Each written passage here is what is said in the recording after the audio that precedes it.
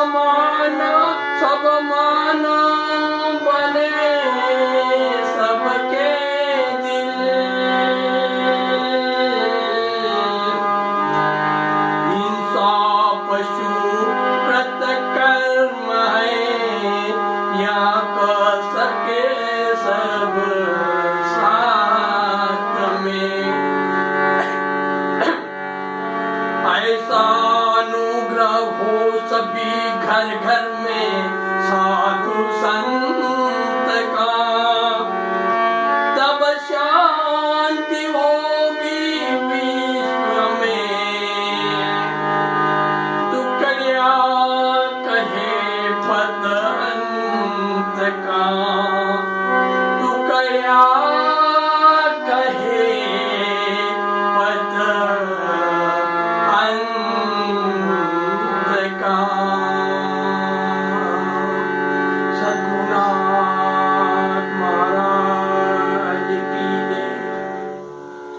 मेरे प्यारे मित्रों, दोस्तों, आज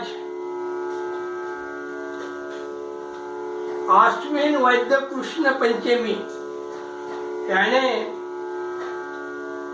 वंदनीय राष्ट्र संत तुकडोजी महाराज जी का महानिर्वाण दिन। ये महानिर्वाण दिन दोस्तों कोजागिरी पूर्णिमा के 5 दिन बाद महाराज जी का महानिर्वाण दिन आता है। दोस्तों, इसी दिन को वंदनीय राष्ट्र संत तुकडोजी महाराज जी का 4:58 पर महानिर्वाण हुआ है। दोस्तों, मैं इस महाराज जी के श्रद्धांजलि पर्व पर, महाराज जी के पुण्यतिथि पर्व पर मैं आप सभी को, मेरे चिंचुरिया परिवार के ओर से सभी को, मेरे माता बहनों को हार्दिक शुभेच्छा, शुभकामनाएं, सप्रेम जय गुरु देता हूं। दोस्तों, आपको सभी को हार्दिक शुभेच्छा। दोस्तों, हमें पता है हमारे इस साल पूरा हिंदुस्तान, पूरी दुनिया इस कोरोना वायरस महामारी के कारण सभी दुनिया त्रस्त है और हम 8-10 माह से अपने अपने घर पे ही वक्त गुजार रहे हैं। हमें बाहर जाते आता नहीं है और इस बीमारी का हमारे दिल में बहुत बड़ा भय निर्माण हुआ है। मुझको डरना पड़ेगा कि यह महाबीमारी बहुत खराब बीमारी है। तो दोस्तों, मैं आज के पर्व पे आपको इतनी विनती करना चाहूंगा कि आप घर में रहिए। यदि बाहर जाते हो तो मुंह पर एक कपड़े का मास्क बांधिए और जाइए। आपको उस मास्क से आपका रक्षा होगी, खुद की भी रक्षा होगी और दूसरों की भी आप रक्षा करना चाहोगे। दोस्तों, इसी कारण इस साल वंदनीय महाराज जी का ये श्रद्धांजलि पर्व हम अपने घर घर में ही मना रहे हैं, हम बाहर निकल नहीं सकते। दोस्तों, मैं आज आपको सभी को विनती करूंगा, आप इस पर्व पर शाम को 4:58 पर अपने घर में महाराज जी को मौन श्रद्धांजलि समर्पित कीजिए 5 मिनट के लिए। और हो सके मौन श्रद्धांजलि होने के बाद हम विश्व शांति के लिए सर्वधर्मीय सामुदायिक प्रार्थना अपने घर में हम मनाएंगे। दोस्तों, आज महाराज जी का पुण्य स्मरण दिन, जिसे हम सर्व संत स्मृति दिन कहते हैं, मानवता दिन कहते हैं, महाराज जी ने अपने जीवन में इस दुनिया, इस राष्ट्र के लिए, इस भारत देश के लिए बहुत बड़ा महाराज जी का योगदान है। फिर वो तुम्हारा शैक्षणिक क्या बोलते हैं क्षेत्र हो, तुम्हारा कोई एग्रीकल्चर सेक्टर हो, जो कोई सामाजिक जो विभाग क्या बोलते हैं क्षेत्र है, ये मानव उन्नति के लिए महाराज जी ने बहुत बड़ा कार्य किया है। तो आज उस कार्य का हमें स्मरण होना चाहिए। तो मैं थोड़ा सा आपको कुछ बातें इस 5-10 मिनट में आपको सुनाना चाहता हूँ, तो आप इसकी और थोड़ा ख्याल दीजिए। दोस्तों, वंदनीय राष्ट्र संत टुकड़ी जी महाराज जी का जन्म नाम जो है मानिक है। बाद में महाराज जी गाँव गाँव में माधवगिरी मांगते थे, भिक्षा मांगते थे, और महाराज जी ने अपने जीवन में टुकड़े ने टुकड़े जोड़े, दूजा न देखा कोई, यानी अपने जीवन में सभी को, भिन्न भिन्न जाति धर्म के, पंथ के, संप्रदाय के लोगों को महाराज जी ने अपने हृदय से लगाया। टुकड़े ने टुकड़े जोड़े करके महाराज जी को टुकड़ू जी महाराज के नाम से हम पहचानते हैं। महाराज जी के पिताजी का नाम बंडू पंत, आई का नाम सौभाग्यवती मंजू माता। महाराज जी की जन्मभूमि हमारे ये अमरावती जिला में गुरुकुंज आश्रम मोजरी के बाजू में 10 किलोमीटर के ऊपर में शहीद यावली करके एक छोटा सा कस्बा है, वो महाराज जी का जन्मभूमि गांव है। दोस्तों, महाराज जी बचपन से ही, महाराज जी क्या हालांकि की परिस्थिति थी, गरीबी की परिस्थिति थी। माँ लकड़ी जंगल में से लाकर क्या बोलते पिसान पीसकर महाराज जी का उदर निर्वाह करती थी, घर का क्या बोलते अपना संसार का उदर निर्वाह करती थी और चलाती थी।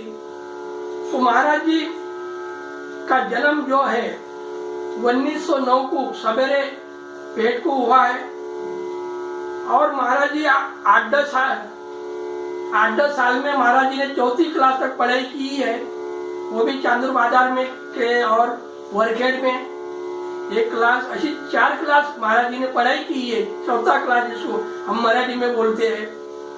और 1925 में महाराज जी ने घर त्यागा और रामटेक के जो जंगल है, जो नारायण टेकड़ी हम जिसको कहते हैं, जहाँ वो महाराज जी तो रामटेक के नारायण टेकड़ी पर महाराज जी ने तपश्चर्या किया। विदेही अवस्था में महाराज जी हमारे रामटेक के जंगल में रहते थे। उसी वक्त और चंद्रपुर में गोंदोड़ा करके एक छोटा सा गांव है, वहाँ गुफा है, जिसको क्या बोलेंगे हम, अच्छी रान जुई के पेड़ों की गुफा है, गुम्फा बोलते उसको हम। उसमें महाराज जी रहते थे वहाँ, और महाराज जी ने तपश्चर्या किया 1925 में। 1935 में महाराज जी ने हमारे अमरावती जिला के बाजू में साल भट्टी एक तीर्थ स्थल है भोलेनाथ का, वहाँ महाराज जी ने 11 दिन का रुद्र महायज्ञ, एक ना भूतो ना भविष्य, यानी 11 दिन में 11 लाख लोगों को खाना खिलाया महाराज जी ने। इतना बड़ा यज्ञ किया है महाराज जी ने 1935 में। बाद में 1936 को हमारे राष्ट्रपिता महाराष्ट्रपिता महात्मा गांधी जी ने सेवाग्राम हमारे वर्धा में बापू कुटी में एक माह के लिए महाराज जी को रख लिया और उनसे सुसंवाद किया 1936 में। बाद में 1942 में इस देश के आजादी के लिए, इस देश के स्वातंत्र के लिए महाराज जी का बहुत बड़ा योगदान है। महाराज जी ने चंद्रपुर का जो तालुका चिमूर, वहाँ 1942 में क्या बोलते रामधुन निकाल कर भजन गाकर देश को आजादी मिलाने के लिए आंदोलन छेड़ा है। चिमूर है, आष्टी है, बेनोड़ा है, यावली है। उस वक्त इंग्रजों ने महाराज जी को 3 माह के लिए रायपुर के जेल में डाल दिया था आजादी के वक्त में।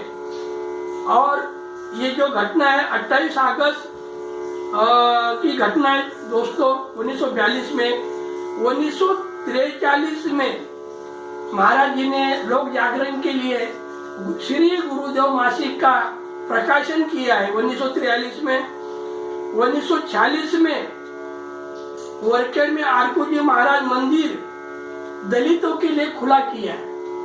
जो महाराज जी के जो गुरु जी है, ये वरखेड़ में आरकूजी समर्थ आरकूजी महाराज जी का एक मंदिर है, वो दलित लोगों को वहां मौका दे के आप भी आके यहाँ महाराज जी का दर्शन ले सकते हैं।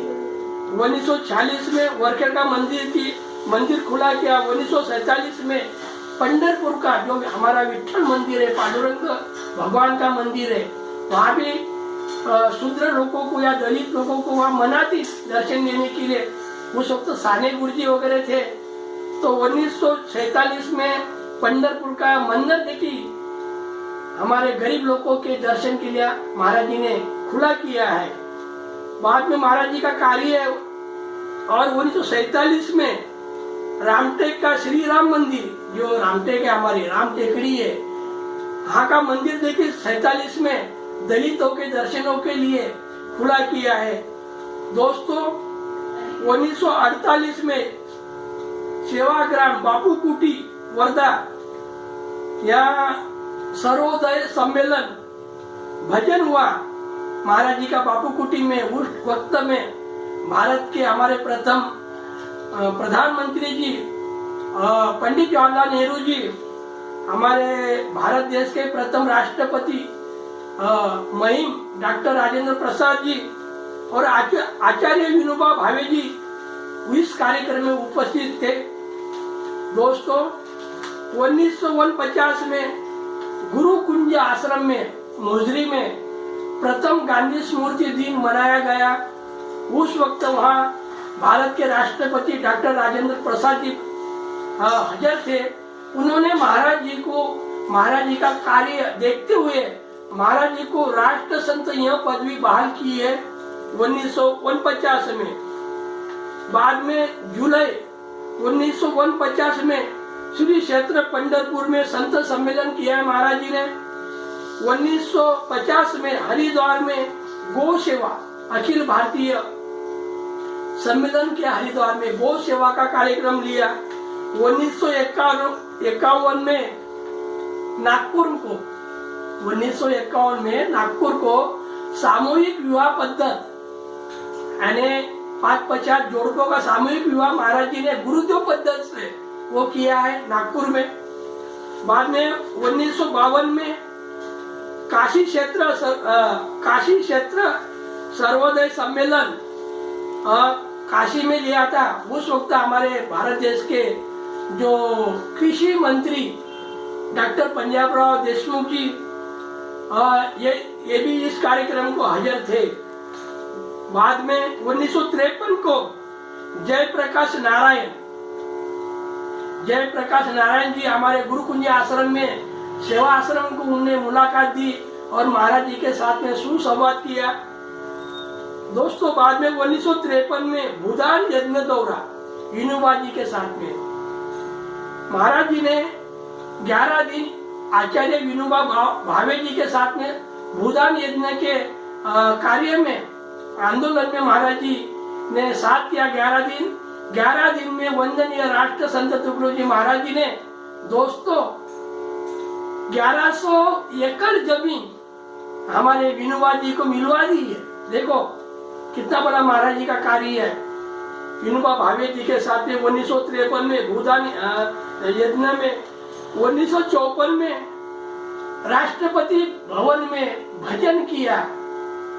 उस वक्त वहाँ हमारे पंडित जवाहरलाल नेहरू जी भी हाजिर थे, राष्ट्रपति डॉक्टर राजेंद्र प्रसाद जी भी थे और तुम्हारे क्या बोलते गुलजारीलाल नंदा वगैरह ये सब लोग थे वहाँ। उस वक्त महाराज जी ने भजन गाया था, दिल मन से गाऊं मैं तेरा भजन, ऊंचा उठा दे मेरा प्यारा वतन। इस भजन को वहाँ महाराज जी ने गाया था 1954 में। दोस्तों 1954 में 14 अप्रैल को श्री गुरुदेव सेवा आश्रम नागपुर का जो आश्रम है ना, इसका शिलान्यास क्या बोलते हैं, उद्घाटन भूमि पूजन 14 अप्रैल 1954 में किया है महाराज जी ने। उस वक्त डॉक्टर राजेंद्र प्रसाद जी भी हाजिर थे। 1955 में 22 जुलाई को महाराज जी जापान गए थे। 1955 22 जुलाई को महाराज जी खुद के पैसे से पंडित जवाहरलाल नेहरू जी ने भारत देश का नेतृत्व करने के लिए, जिसको हम इंग्लिश में वर्ल्ड पीस बोलते हैं, वर्ल्ड पीस यानी विश्व शांति परिषद के लिए भारत देश का नेतृत्व करने के लिए महाराज जी को जापान में भेजा गया था। उस वक्त महाराज जी वहाँ एक माह रुके थे।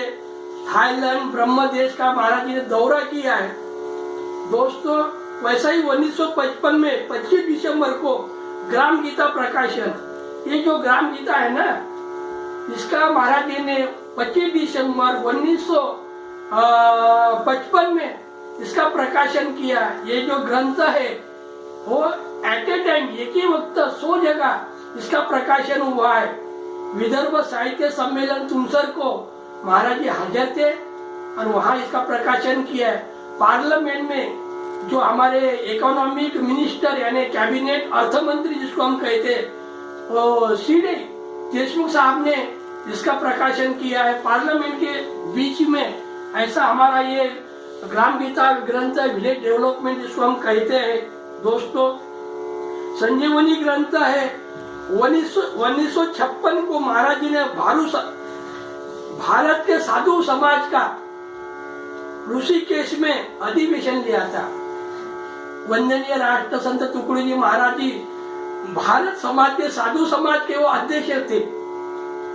1962 में महाराज जी जब हमारे साथ चीन का युद्ध हुआ था, हमारा पराभव हुआ था, उस वक्त महाराज जी ने सैनिक बॉर्डर पे जाकर चीन को चैलेंज किया था।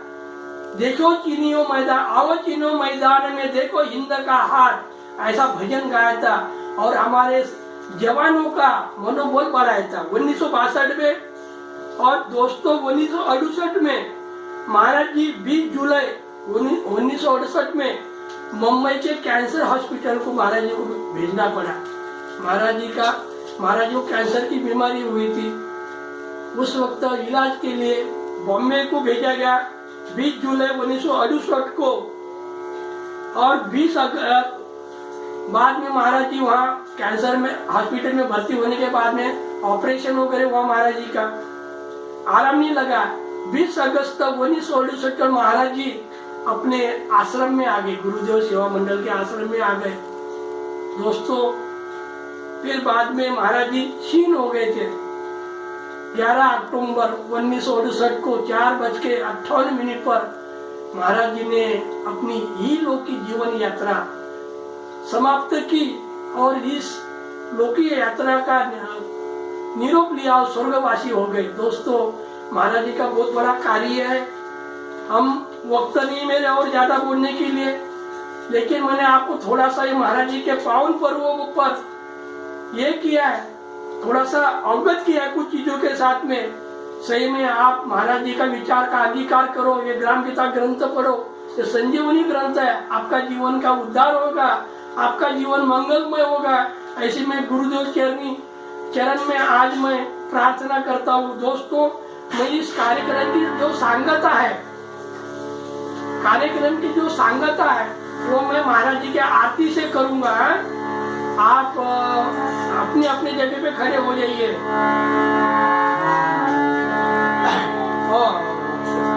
जय